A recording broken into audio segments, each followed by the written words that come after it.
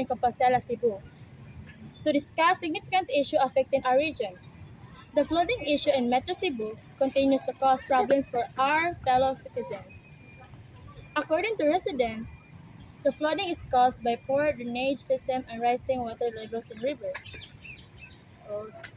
Residents are frustrated with the lack of action from authorities and address this issue.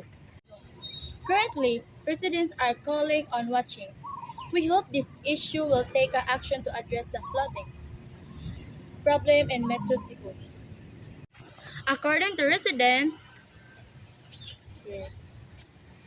life is very difficult. For us here, flooding causes many problems, especially for those with children and elderly family members. Authorities claim they are taking steps to address the issue, but residents remain unconvinced. We're working on projects to improve the drainage system and prevent flooding. However, we also need to cooperation of residents to maintain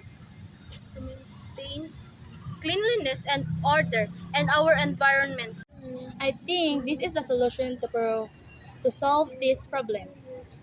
We need to provide a clear and concise report on the issue, include interviews with relevant stakeholders, use footage and visuals to illustrate the issue, provide a balanced report, and with a clear call to action or message.